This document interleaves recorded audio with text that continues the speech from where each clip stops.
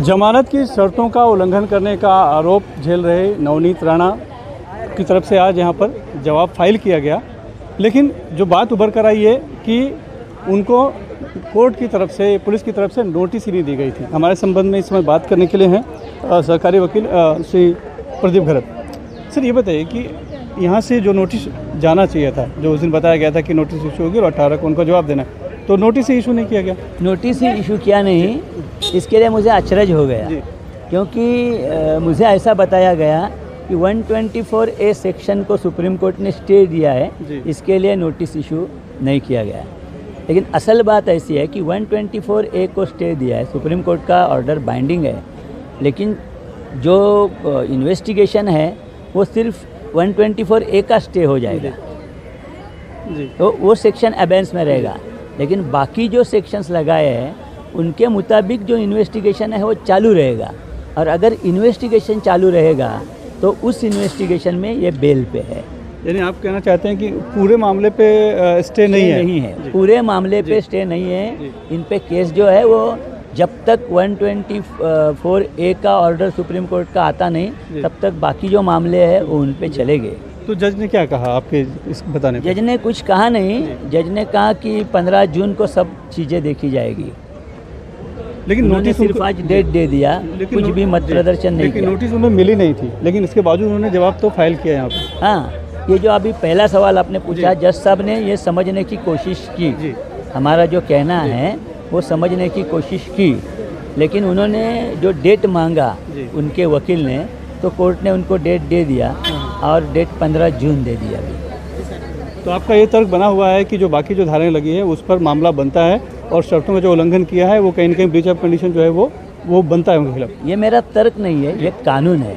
इसके लिए मैं थोड़ा कानून बताने जा रहा था कोर्ट को, समझे ना। हर एक जो मैंने सिर्फ थोड़ा फार बताया कि हर एक जो सेक्शन रहता है उसकी एक्चुअली अलग अलग ट्रायल रहती है, लेकिन जो धाराएँ उनके मुताबिक जो 211 से 223 तक है, उनमें कि अगर समझो एक से ज़्यादा सेक्शंस है तो कौन से सेक्शंस में एक साथ चलेंगे, तो उनमें से एक आध सेक्शन ड्रॉप हो गया, उसका मतलब ये नहीं कि पूरी चार्जशीट क्लोज हो गई। तो उसके मुताबिक जो बाकी सेक्शंस है, जो बाकी धाराएँ हैं, उनके अंदर केस चलती है। यानी आपको अभी उम्मीद है? उम्मीद का सवाल ही नहीं, कानून है, मेरा कॉन्फिडेंस है, जो लॉ है मुझे पता है। हाँ, तो इसके लिए इनका इन्वेस्टिगेशन स्टे नहीं होगा। इनके खिलाफ अगर एविडेंस सफिशेंट, पूरा क्या बोलते हैं उसको, एविडेंस मिला, तो उनके खिलाफ चार्जशीट बाकी धारा में डाली दी जाएगी। 124A उसमें अबेंस में रखा जाएगा, क्योंकि कल सुप्रीम कोर्ट का जो ऑर्डर है वो अगर फेवर में आएगा तो 124A भी चलेगा साथ में। जब उनके वकील ने, जो रिजवान मर्चेंट, उन्होंने जवाब फाइल किया और ये भी कहा कि उसमें एक जो प्रमुख लाइन ये बताई कि हमने शर्तों का उल्लंघन नहीं किया है। तो मैंने भी उतना ही सुना कि शर्तों का उल्लंघन नहीं किया है, तो उनको अभी कोर्ट को समझाना है कि उन्होंने शर्तों का उल्लंघन कैसे नहीं किया है, क्योंकि शर्तों का उल्लंघन जो किया है उसके बारे में पूरा मटेरियल हमने न्यायालय के सामने रखा है। उनका कहना है कि हनुमान चालीसा पढ़ना हमारा अधिकार है, मूलभूत अधिकार है, उससे कोई रोक नहीं सकता है। हनुमान चालीसा मातोश्री पे जाके पढ़ना ये केस है, तो उस पर हमने कुछ नहीं कहा। तो कौन ना कहता है, हर एक का, मेरा भी अधिकार है हनुमान चालीसा पढ़ना, लेकिन कहाँ और कैसे। अगर मैं आपको सुनील सिंह जी करके चैलेंज दूँ, सुनील सिंह जी मैं आपके घर पे आ रहा हूँ हनुमान चालीसा पढ़ने, आप आपके आदमी तैयार रखो। मैंने ये जो मटेरियल है मैंने न्यायालय के सामने रखी है, जो बेल ऑर्डर में ये आई नहीं है, हम इसलिए हम चैलेंज कर रहे कि आपका जो आपके आदमी तैयार रखो हमें, और हम हमारे आदमी लेके आ रहे हैं, तो देखेंगे किस में दम है, कौन हमको रोकता है। ये कुछ रिक्वेस्ट या विनंती हो गई क्या? नहीं, फिलहाल हम शर्तों के उल्लंघन की बात करें। उनका वही तो मैं बता रहा हूँ, शर्तों का उल्लंघन का, जो आपने बोले इस पर मैं बोला, लेकिन शर्तों का उल्लंघन जो है, शर्त कोई भी हो उसका उल्लंघन नहीं होना चाहिए। जिस क्षण शर्त का उल्लंघन होगा उसी वक्त जो प्रोसिक्यूशन है, पुलिस है, वो जमानत कैंसिल करने के लिए अर्जी कर सकती है।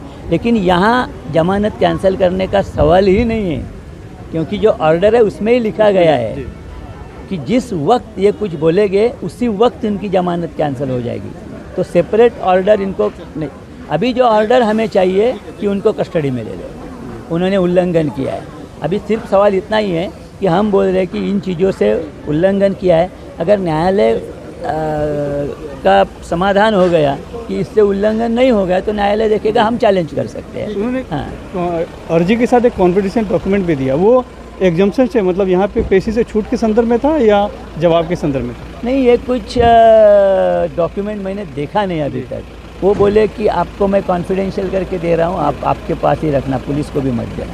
तो इसके लिए मैंने अंदर रखा, मैंने भी देखा नहीं। तो अगली सुनवाई हुई 15 जून को? 15 जून को। तब क्या दोनों को आना होगा, राणा दंपति दोनों को आना होगा, क्योंकि उनको जो एग्जाम्पशन दिया है वो आज सिर्फ आज के लिए दिया है, तो अगली तारीख को उन्हें आना है। धन्यवाद। तो मामला थोड़ा सा पेचीदा है, क्योंकि जहाँ तक राजद्रोह की बात है, धारा 124 है की, तो सुप्रीम कोर्ट ने उस पर स्टे लगाया है। लेकिन जो सरकारी वकील उनका कहना है कि राणा दंपति के खिलाफ जो मामले दर्ज हैं उसमें और भी धाराएं जुड़ी हुई हैं, तो उन पर केस चलना चाहिए। तो शर्तों का उल्लंघन का जो मामला है जमानत की, वो बनता है। लिहाजा अब अगली बार जो सुनवाई होगी तब उस पर फिर से अपना ये तर्क रखेंगे। बहरहाल आज राणा दंपति को यहाँ पर पेशी से छूट मिल गई, लेकिन अगले तारीख जो 15 जून है उस समय शायद उन्हें आना पड़ सकता है। मुंबई से cameraman Praveen Rohit, Sunil Singh, NDTV India के लिए।